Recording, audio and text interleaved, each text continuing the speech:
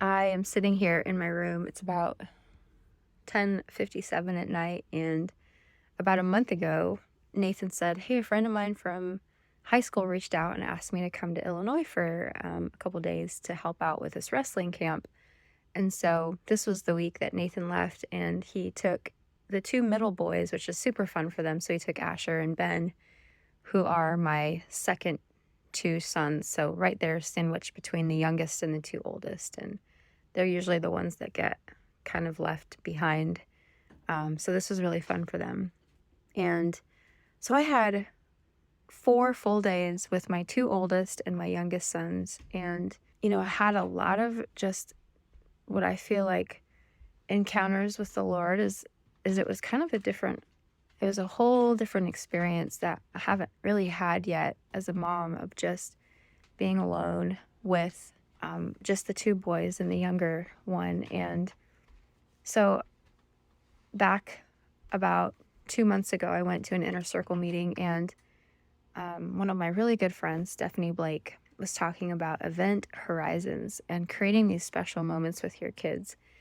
And so, this was sort of the weekend that we just completely let loose, and I let the boys watch movies. We stayed up till 1 o'clock in the morning, 2 nights in a row, watching some just super fun, manly movies like Maverick, Top Gun Maverick, and, Avatar, The Way of the Water. Fast forwarding through some of the parts, of course, that I wouldn't consider appropriate for my boys. But the Maverick movie was done at like 10 o'clock at night. And Judah's like, "I have all this pent up energy and adrenaline. Let's go run down to the mailbox. You want to go run down the mailbox with me, Mom?" And I was like, "Of course, yes." And I've made it a point, even when Nathan and I, before we ever had children, we always had these discussions like, we're going to say yes as often as possible, as much as we can create and foster moments and that are going to build a connection and relationship with our kids. That's what we're going to do. And so I feel like as the boys have gotten older, sometimes I have this deep heartache of, oh my goodness, the time is running so short. And I feel like sometimes moments slip through my fingers, or I just realize how fast things and season and time is going by. And so every opportunity I get, I say yes. And so went outside, we grabbed our flashlights, my sneakers, and we ran down to the mailbox, which is about a little less than a half mile down the road, and then back up the hill, which is quite the trek, actually. Our hill is pretty treacherous. And got back, and I thought, man, I'm going to remember that forever. And I hope that they do too. But I want to encourage you as mothers, as you're going through your life and business and seasons, to remember to always create these moments that build connection. And even tonight, Nathan was coming home at 11 o'clock at night, and the boys wanted to play this. So we bought the Monopoly game, the Avatar Monopoly game, which is a totally different way to play Monopoly, this Avatar style. And we laughed. We were laughing so hard until we were crying. And I got to see a whole different side of the boys' personalities, and I think they got to see a whole different side of mine. And every day that we've been together, there's been moments where we were playing games or we were talking and we laughed so hard, belly laughing, until we cried, or till we peed our pants, and I just have been having these moments of thankfulness with the Lord, saying, God, you created us. He's a generational God. And this is something that I learned when I went to Oklahoma City a couple weeks ago, when I went to meet David Green, who is the founder of Hobby Lobby. And I was there with, I don't know, it was probably 30 or 40 other amazing entrepreneurs in this mastermind that Nathan and I are a part of. So Nathan and I went together, and we spent 2 days in a room with David Green, listening to his story. And then one of his attorneys has started this ministry where he helps families establish their family vision, mission, and goals. So we did this whole thing for 2 days. And one of the things that he talked about is that God is a generational God, and that the nuclear family has been like more of a modern recent thing, but if you go back through history and biblical history, you can look at the stories that of family and look at how God set up and established a foundation or a mandate for a specific patriarch and said, this is what your generation is going to be. And there was one particular story, and I don't remember the passage, but this family was like, we are a family that doesn't drink wine and we live in tents. And there was one other thing that was about this family. It was like, for 400 years, we've not touched wine and we have lived in tents. And I can't remember the other third thing that they did as a family, but it was like, wow. And so he was telling the story of how God is a generational God and how, in old times, families would stay together in villages and they would continue to grow and become a tribe.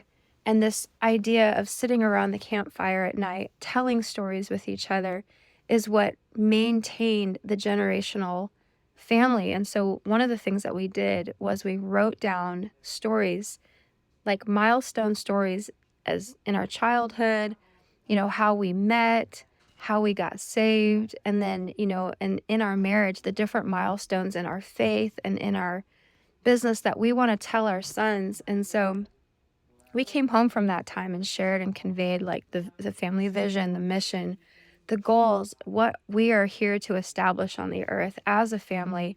And so my whole perspective has changed from heartache of feeling like I'm losing them or I have to let them go to, no, I'm going to create an environment and I'm going to create something within our family that is generational, whether, in business, continuing to follow the Lord, but set a precedence that, yes, of course, they're going to one day leave the home and they're going to find wives and they're going to leave and cleave and their wives will become their immediate family.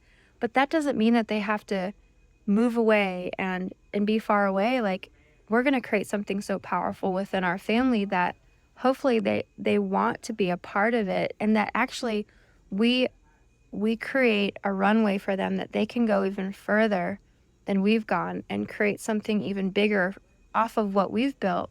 But it starts in these small moments of saying yes and creating environments where we can laugh and have fun and be together. One of our family values is actually family, and within that is the subcategory of togetherness and fun. And so creating these opportunities where we can be together, whether we're sitting around, the fire pit outside with Nathan with his guitar and doing s'mores and telling stories, or we're sitting around a board game in the kitchen. And we didn't just sit down and play games tonight. I was like, guys, let's pick our favorite music and let's get our favorite snacks, and you guys get to drink the special drinks and have kombucha tonight. And it was like a party, and so we kept choosing different songs that we loved, and the boys were finding these like Weird Al Yankovic songs that they loved, and it was so fun. And a couple times over the last couple days, Judah's just put his arms around my neck and said, "Mama, I just love you so much, and I always just feel so joyful when I'm around you." And these are the moments that I feel like I lost a little bit when I was building hardcore. There were years when they were really little that I wasn't present. And you don't have to make those same mistakes. Now that I'm in this season, I'm 43 years old, my boys are older. Something over the last couple years has really shifted in my heart of, if I could go back to the beginning, I would have done things differently.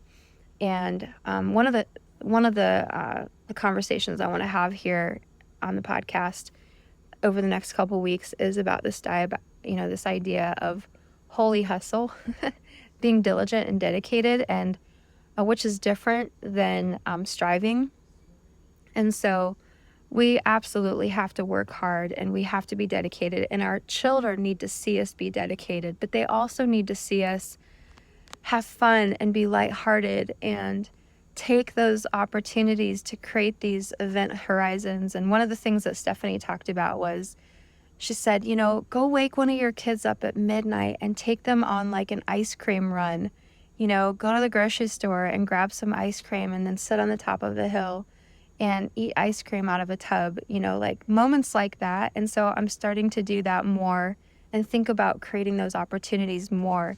And so you can absolutely be a busy entrepreneur, a busy mom, and also be very much connected and present. And it takes focus and discipline. I went into these last 4 days with the primary goal of connection. And so even today, it's Monday. Mondays are always my heaviest, biggest days. I'm booked all day back to back with calls and meetings so that I can build momentum for the rest of the week and create content and think and pause. And so today was a really full packed day. And when it was time to do dinner, I told him, I said, guys, wait for me to get downstairs, because having dinner together is one of our like core values as a family. In the family value, it's sharing meals at dinner time is incredibly important. It's when we discuss things, it's when we share ideas,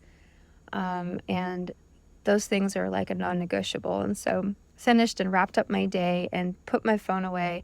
And I've actually deleted Instagram and Facebook off of my phone again. I've done it a couple times, and then I put it back on just to do some Instagram story posts. But I have a team for that now. And so I'm like getting back into just staying focused on the things that I know are a priority for me, and letting my team do the things that are important on the social side. And I'm creating content in a whole different way now. I don't actually have to consume social media.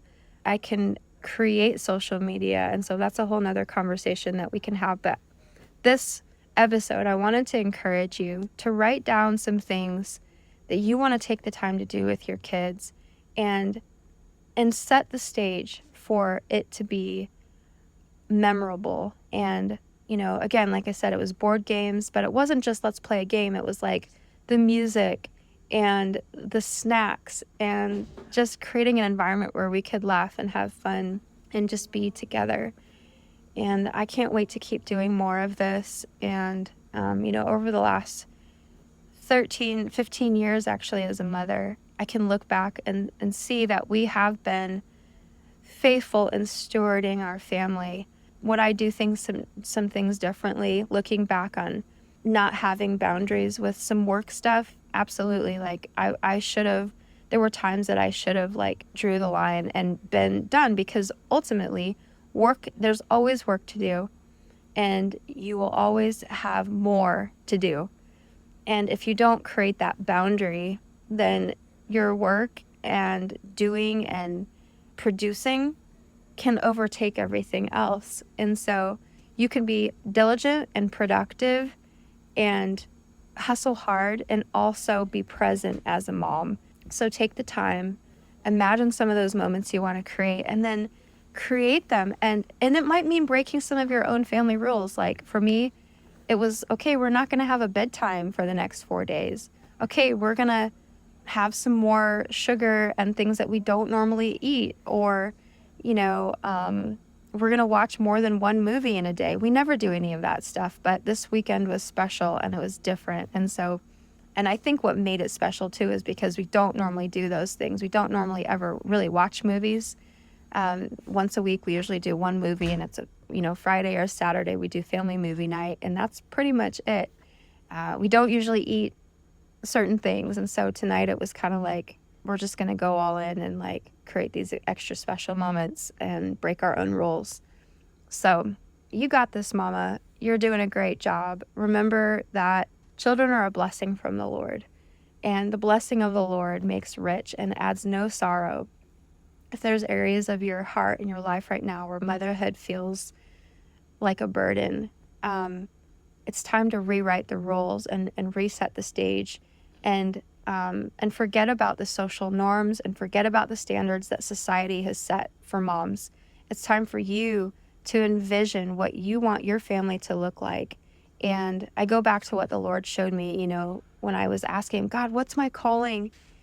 I've got, business I know. And he said, and I really sensed the Lord was like, of course, as believers, like we are designed and created to have an impact and to build the kingdom. Absolutely. But as mothers, what he showed me was your family is your calling, and everything you do outside of the home is for profit. And so the business stuff is practical, and it's about duplicating and taking dominion. And I'm so excited to talk with you about this idea of avado. I'll come back to this on another episode, but when God established Adam in the garden, he said, tend to the garden. And in Hebrew, I believe it's Hebrew or Greek, that word means to work, worship, and serve. And so that's our calling, is to tend to our children and to take dominion and establish the family, and to work hard together, to worship the Lord together, to serve together, and build life together. And everything outside of the home really is, we don't have to get so hung up on what's our calling at this stage. Absolutely press into that. But if you're wondering right now and you don't have that certainty, one thing you can be certain about is that if you have children, they are 100% your primary, and your husband, your primary calling. And so treat that as you would your business. Put that kind of priority on yourself and that demand on yourself as a mother to have discipline and dedication to stewardship as a mom, creating moments, training up your children in the way that they should go, and loving them well. And I think too often we consider, I hear women who feel burdened by their children. They can't wait for their kids to get back into school because it's so hard. But man, if we could just flip the script on that and come into a place of reveling in the presence of our children. I love spending time with my kids. Now, am I glad when Noble has nap time? Absolutely. Like, it's great at this age, with a 2-year-old. Of course, moms need breaks, but I'm talking in general, the principle is to revel in family, to revel in the goodness of what God intended family to be, where two are better than one, and that children are a blessing. It's an addition. It's a multiplication. It should be like this. What an incredible gift we have to multiply and to steward a family. And if we've made mistakes, the beautiful thing is in Christ, like, there is redemption, and it might take work. My father and I were actually estranged for many seasons. There was a whole departure there, and we've come back into relationship, and he's worked really hard for that. And I just think about all the broken hearts out there, all the moms who have broken hearts, and I just want to speak of life over you right now. I just want to speak encouraging words over you right now, that it is not too late, and that God will restore the years that the locusts have eaten. And if your mama heart longs for connection with your family and with your children, I just pray that there would be an open door for that, and pray that there would be a new revelation and a new freshness and a new life and a new birth in those relationships. If you have had bitterness and resentment towards your spouse, that there would be grace to forgive and let go, and to be restored and redeemed. And if there's areas that need to change, I just speak life and pray that you would have the grace to be transformed. And as you behold Jesus, the Bible says that you are transformed into the very same image, as in looking as in a mirror. So behold Jesus. Ask God to give you a vision for your family. Picture what your family looks like 10 years from now, when all your children are sitting around the dinner table at Christmas time. And maybe by then you've got grandkids, or maybe your kids are older by then and they're coming into an adult season. And whatever the case may be, as much as you envision and dream and think about your business and, conquering the world, I don't know about you, but that's how it is for me. I'm constantly, my vision just continues to expand greater and greater. But I've started to do even more of this envisioning. I've done it from the time a young girl, I always imagined what it was going to be like to be a mom. And getting married, it was like I couldn't wait to be a mother, and then having babies. But sometimes when you're in it, you kind of are just so in it, you don't take the time to take a step back and take the time to dream and envision again. And so I want to just breathe life over you as a mom. There is no such thing as hopelessness in the kingdom. There is no such thing as it's too late, or it's not possible, or it's too hard. Jesus said, "Come to me, all you who are weary and heavy laden, and I will give you rest. Take my yoke upon you, and for my yoke is easy and my burden is light." And that is the way of Jesus. And so motherhood was never meant to be a burden. It was meant to be a joy and a blessing. And so if it's not any of those things, then it's time to reset. So love you so much. Be encouraged today. You're on the right track. And if you're here, just know that I am forever in your corner. And I've got some really great things coming down the pike for our ladies, for our tribe. I'm excited about the next level that we're going to take here, because I'm ready to just pour my life even more into you, and bringing women into such a place of fruition and fruitfulness in every area, from business to marriage to family and even to your health. All of those things matter, and they matter to God. And so he has a life of abundance and glory and richness for you that you can't even begin to imagine. And as I wrap up here, let me just pray over you and remind you what the word says. 1 Corinthians 2:9, "No eye has seen and no ear has heard, and no mind can imagine those things the Lord has in store for those who love him." So Father, I just thank you for her. I thank you for this amazing woman who is seeking you with all of her heart, who is running hard after you, who is building her home, who is turning a profit in her business, who is loving well and pouring her life out. God, may she be refreshed. May you bring refreshing to her now in Jesus' name. May her children be renewed and refreshed by her. Father, may there be a newness and a freshness in her marriage, a new life sprouting. Father, I thank you for this gift that you've given us, this gift of family. May you be forever praised, Lord. You are holy. You are high and lifted up. You are a good Father. Thank you for your goodness. Be blessed today. I cannot wait to see you more on the next episode. Thanks for listening to today's show. Hit subscribe or follow, and be sure to share this episode with a friend.